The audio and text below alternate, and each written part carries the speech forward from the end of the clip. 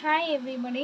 இன்னைக்கு நம்ம சேனல்ல உங்களுக்கான 5 டிப்ஸ் நான் சொல்லப் போறேன். உங்களுக்கு ரொம்ப யூஸ்ஃபுல்லா இருக்கும்னு நெனைக்கிறேன். தேன் எல்லார் வீட்லயுமே கிடைக்கும். தேன் ஒரு 1/2 கரண்டி நம்ம குழந்தைங்களுக்கு குடுத்துட்டு வந்தோம் அப்படின்னா, பல்லுமே ரொம்ப ஸ்ட்ராங்கா இருக்கும். அவங்களோட எலும்புகளுமே வந்து பார்த்தீங்கன்னா, ரொம்ப ஸ்ட்ராங்கா இருக்கும். அண்ட் வாழைப்பழம் இருக்கு இல்லைங்களா? வாழைப்பழம், பொட்டுக்கடலை, சர்க்கரை இது 3த்தையுமே கலந்து சாப்பிட்டுட்டு வந்தீங்க அப்படின்னா, சீதபேதி நோய் இருந்தா கூட சரியாகும். இந்த பேதிலாம் இருக்கு இல்லைங்களா? அது எல்லாமே வந்து உங்களுக்கு சரியாயிடும். பிரச்சனை இருக்காது.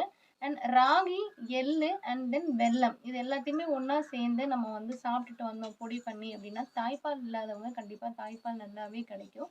உங்களுக்கு ரொம்ப யூஸ்ஃபுல்லாவும் இருக்கும். சரிங்களா? என்னோட டிப்ஸ் எல்லாமே நீங்க கேளுங்க. எல்லாமே உங்களுக்கு ரொம்ப யூஸ்ஃபுல்லா இருக்கும். அப்புறம் வந்து பார்த்தீங்கன்னா, நெல்லிக்காய். நெல்லிக்காய் இருக்கு இல்லைங்களா? நெல்லிக்காய் வந்து பார்த்தீங்கன்னா, வேக வச்சுட்டு கொட்டைய எடுத்து அத மசிச்சு, தயிர்ல கலந்து மிளகுத்தூள், இஞ்சி, பச்சை மிளகாய் சேர்த்து நீங்க சாப்பிட்டுட்டு வந்தீங்கன்னா, உடம்புக்கு ரொம்ப குளிர்ச்சி குடுக்கும் உங்களுக்கு.